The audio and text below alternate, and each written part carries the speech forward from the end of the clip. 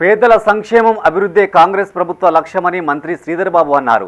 పెద్దపల్లి జిల్లా మంతని మున్సిపల్ పరిధిలో చేపట్టిన పలు అభివృద్ధి పనులకు ఎంపీ గడ్డం వంశీతో కలిసి ఆయన శంకుస్థాపన చేశారు.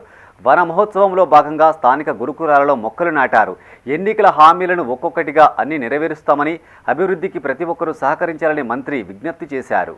పెద్దపల్లి జిల్లా మంతని మున్సిపల్ పరిధిలోని పోచమ్మవాడలో అమృత్ 2 పథకం కింద కేంద్ర రాష్ట్ర నిధులు 12 కోట్ల 10 లక్షలతో చేపట్టిన 8 లక్షల లీటర్ల కెపాసిటీ గల వాటర్ ట్యాంక్ నిర్మాణానికి ఎంపీ గడ్డం వంశీతో కలిసి మంత్రి శ్రీధర్ బాబు శంకుస్థాపన చేశారు.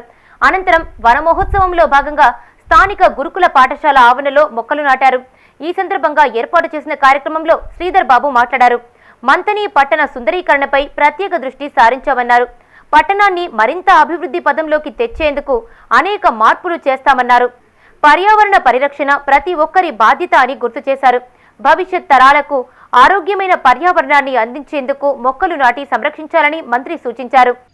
ఈరోజు 12 కోట్లగా మొన్న 10 రోజుల క్రితం వచ్చినప్పుడు 38 కోట్ల రూపాయలతో ఏం కమిషనర్ 38 కోట్ల రూపాయలతో ఈ పట్టణానికి సంబంధించిన రోడ్లు, డ్రైన్లు ప్రతి వాడకి 1 కోటి రూపాయలు 14 కోట్ల రూపాయలతో అడ్మినిస్ట్రేటివ్ శాంక్షన్ ఇచ్చి, టెక్నికల్ శాంక్షన్ ఇచ్చి టెండర్లు అయిపోయి మిగిలిపోయిన రోడ్లు, మిగిలిపోయిన డ్రైనేజు చేయాలి, చేసి తీరుతామని ఆ రోజు చెప్పాం. చేసి తీరుతాం, ముందుకు తీసుకెళ్లే కార్యాచరణ తీసుకుంటామని కూడా మనవి చేస్తా ఉన్నాం.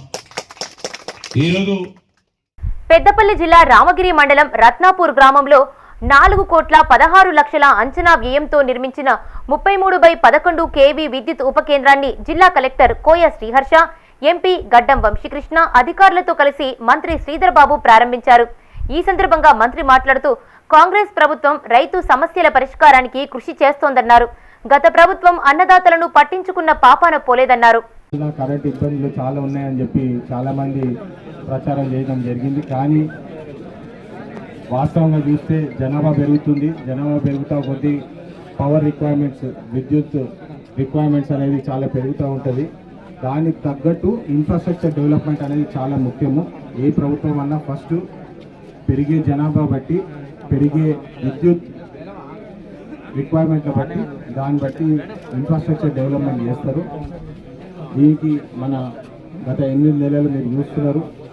కాంగ్రెస్ ప్రభుత్వం ప్రజాపాలన వచ్చిన తర్వాత ఇన్ఫ్రాస్ట్రక్చర్ డెవలప్మెంట్ మీద చాలా ఫోకస్ పెట్టి విద్యుత్ అందరికీ అందేలాగా ఈ సబ్స్టేషన్ అమృత్ 2.0లో భాగంగా రాజన్న సిరిసిల్ల జిల్లా వేములవాడ మున్సిపల్ 15వ వార్డులోని బాలానగర్లో 14 కోట్ల రూపాయల నిధులతో చేపట్టిన నీటి సరఫరా పథకానికి కలెక్టర్ సందీప్ కుమార్ జా, మున్సిపల్ చైర్పర్సన్ మాధవితో కలిసి ఎమ్మెల్యే ఆది శ్రీనివాస్ శంకుస్థాపన చేశారు.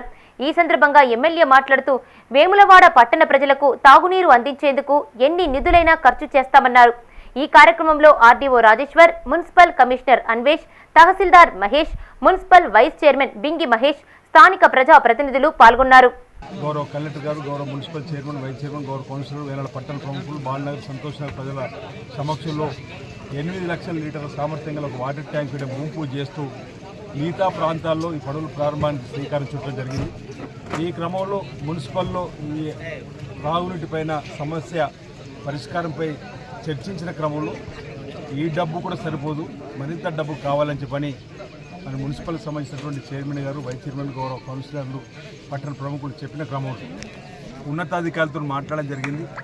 వేములవాడ పట్టణంలో ఎంత మేర త్రాగునీటికి నిధులు అవసరమో అంత మేరకు ఇవ్వడానికి అధికార యంత్రాంగం కూడా ఒప్పుకున్నది. 14 కోట్లే కాకుండా ఇంక అదనంగా 2 కానీ 3 కానీ 4 కోట్లు అయినప్పటికీ కూడా పూర్తిగా వేములవాడ పట్టణంలో త్రాగునీటికి ఇబ్బంది లేకుండా ఇవ్వాలని చెప్పి నిర్ణయం తీసుకోవడం. కలెక్టర్ గారు కూడా ఈ కార్యక్రమంలో పాల్పంచుకోవడం జరిగింది. ఎందుకంటే వారి ద్వారా కూడా ప్రభుత్వాన్ని నివేదికలు పంపి